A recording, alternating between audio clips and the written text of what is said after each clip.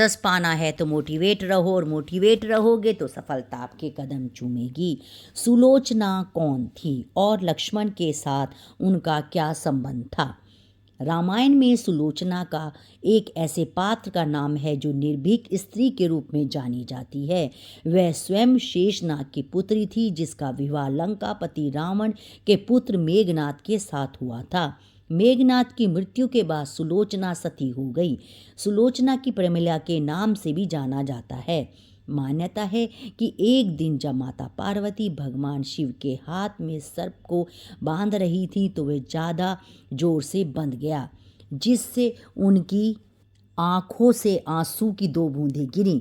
इन 2 बूंदों से 2 कन्याओं का जन्म हुआ, जिनका नाम सुनैना और सुलोचना पड़ा।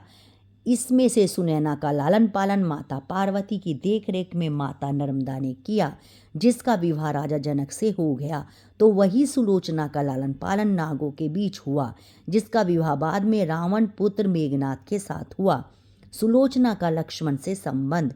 चूंकि लक्ष्मण स्वयं शेषनाग के अवतार थे और सुलोचना नाग कन्या थी, इसलिए एक तरह से सुलोचना लक्ष्मण की पुत्री हुई और मेघनाद लक्ष्मण का दामाद। रामायण में सुलोचना का ज़्यादा उल्लेख नहीं है। उसका मुख्य उल्लेख मेघनाद के अंतिम बार युद्ध में जाते समय और वध के बाद मिलता है।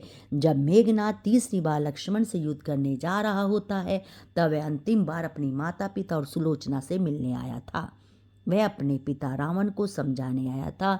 श्री राम नारायण का अवतार हैं तथा अब उसे माता सीता को उन्हें लौटा देना चाहिए। लेकिन रावण ने उसे युद्ध भूमि में जाकर युद्ध करने का आदेश दिया। यह सुनकर मेघनाद जब युद्ध भूमि में जाने लगा तो उसकी माँ मंदोदरी से उसे रोकने का प्रयास किया और विलाप करने लगी।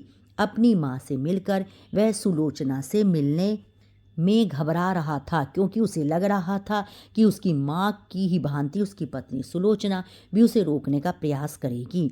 उसके आश्चर्य का तब ठिकाना नहीं रहा जब उसने सुलोचना को एक निर्भीक स्त्री की भांति खड़े देखा, जिसकी आंखों में एक भी आंसू नहीं था। सुलोचना यह जानती थी कि आज उसकी अपने पति के साथ अंतिम भेंट है, इसके बाद उसका वध हो जाएगा। फिर भी उसके आंख से एक आंसू नहीं था और ना ही मुख पर कोई डर। वह एक निडर महिला की भांति खड़ी थी और मेघनाद को युद्ध भूमि में वीरों की भांति युद्ध करने को कहा। यह देखकर मेघनाद को सुलोचना पर बहुत गर्व हुआ और वह तेज गति से युद्ध भूमि के लिए निकल पड़ा। इसके बाद मेघनाद का लक्ष्मण के हाथों वध हो गया और उसका एक हाथ सुलोचना के पास आकर गिरा। उसे देखकर उसे विश्वास नहीं हुआ, तो उसने युद्ध का सारा वृत्तांत बताने को कहा। तब मेघनाद के कटे हुए हाथ ने सब लिखकर सुलोचना को युद्ध का सारा वृत्तांत सुना दिया। दूसरी ओर लंका में मेघनाद का शरीर बिना मस्तक के पहुंचा था। सुलोचना ने अपने ससुर रावण से जाकर कहा कि वे अपने पति के शरीर के साथ सती होना चाहती है, लेकिन बिना मस्तक के वह सती नहीं हो सकती। रावण ने शत्रु से मेघनाद का सिर मांगने से मना कर दिया, लेकिन सुलोचना को वहां जाने की अनुमति दे दी। इसके बाद सुलोचना अकेली श्री राम के पास गई। उसने अपने पति का मस्तक मांगा।